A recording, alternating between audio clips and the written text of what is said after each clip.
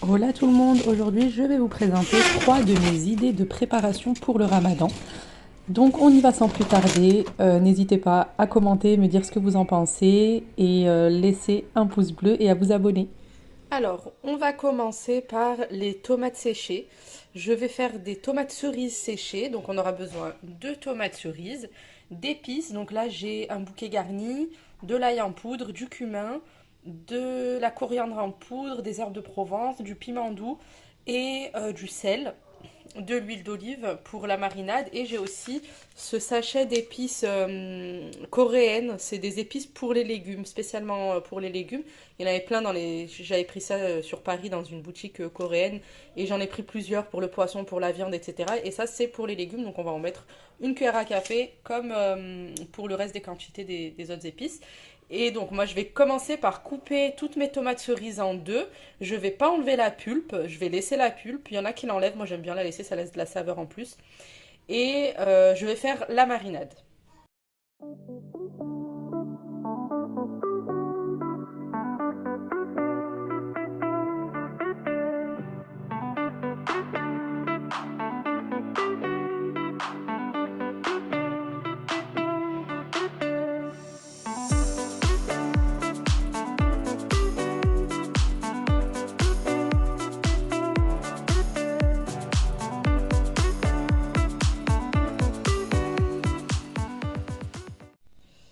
Et voilà ce que ça donne quand j'ai fait ma marinade, donc avec toutes les épices et l'huile d'olive. On n'a pas besoin de laisser mariner longtemps puisque ça va aller directement en séchage pendant plusieurs heures à température très très basse, 70 degrés. Donc pas besoin de laisser mariner des heures, ça va continuer de mariner en même temps que le séchage. Et ensuite on va mettre ça dans des pots comme ça, le parfait, des pots de conservation. Le parfait, c'est les meilleurs pour moi, hein. Donc ceux-là, je les ai pris à 1,99 € à l'unité à Auchan et j'en ai pris plusieurs, mais je pense que deux feront l'affaire puisque ça va beaucoup beaucoup réduire au séchage.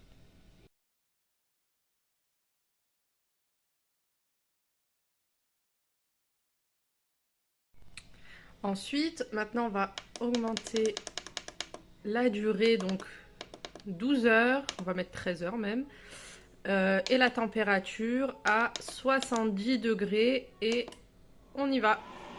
C'est parti. Donc là, je vais laisser tranquillement sécher et bah, vous, je vais vous montrer ça tout de suite. Au montage, je vais mettre le résultat tout de suite dans les petits pots. Et moi, en attendant, je vais faire des petits pots de miel à la nigelle. Voici le résultat. Après 12 heures de cuisson, 12 ou 13 heures, je crois, de séchage. Et donc, les tomates, elles sont nickel. Elles sont parfaites, elles sont séchées, mais on voit qu'il y a bien l'assaisonnement qui est... Elles sont bien imprégnées de tout ce qu'on a mis dans la marinade. Donc maintenant, on va les mettre dans les petits pots comme ça, et on va recouvrir d'huile d'olive. Et juste, j'ai oublié de vous dire, on prend des bocaux avec des joints, hein. On ne prend pas juste des bocaux simples. On prend ceux qui sont avec les joints pour pouvoir conserver bien bien comme il faut et le plus longtemps possible. Donc le parfait, les pots le parfait, c'est les meilleurs, moi je trouve, hein. Donc voilà, donc ça va là, voilà. Hop, donc ça se positionne comme ça et ensuite on referme comme ça. Voilà le résultat. J'ai recouvert d'huile d'olive, donc il faut vraiment recouvrir jusqu'à ce que ça recouvre la totalité des tomates, hein. Hop. Donc j'ai pu en faire un pot entier bien tassé et un demi, un autre pot, mais vraiment que la moitié. Et voilà.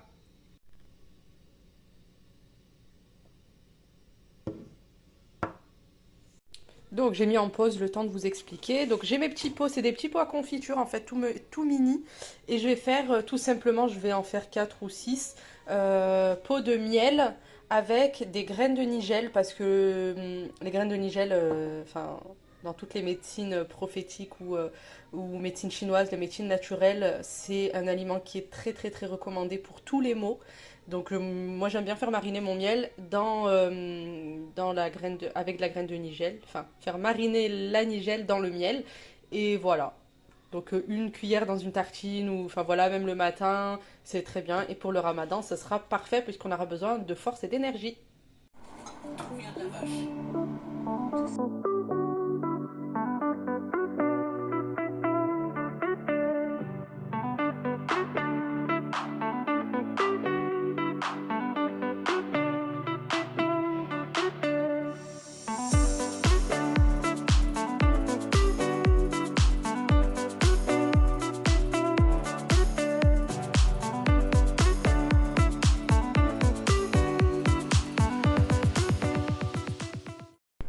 Pour la troisième recette, on va faire des olives marinées. Donc on va avoir besoin d'olives. Donc moi j'ai pris les trois sortes, olives rouges, olives vertes et olives noires.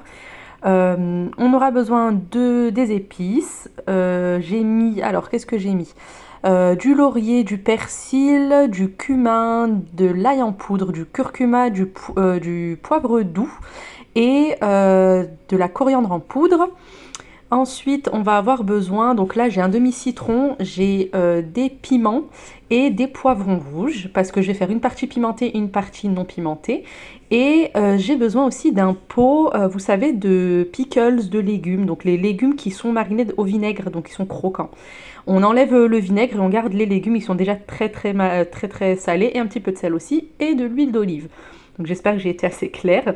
Bon, de toute façon, voilà, on voit tout dans la vidéo. On mélange tous les ingrédients ensemble et on mélange les olives avec toute la marinade.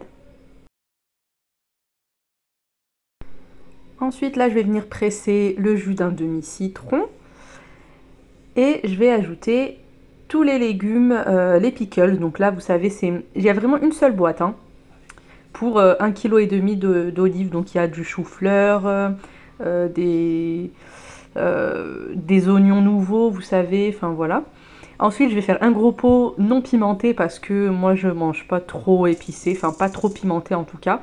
Et je vais faire un petit pot avec un piment sans trop. J'ai juste fait une entaille en bas du piment pour quand même que ça puisse lâcher toute sa force.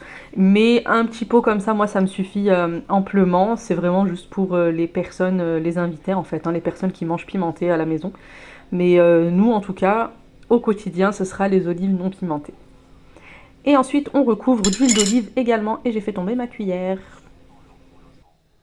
Voici donc le résultat final. Donc là, ce sont nos olives et on a nos petits pots de nigel et nos tomates séchées.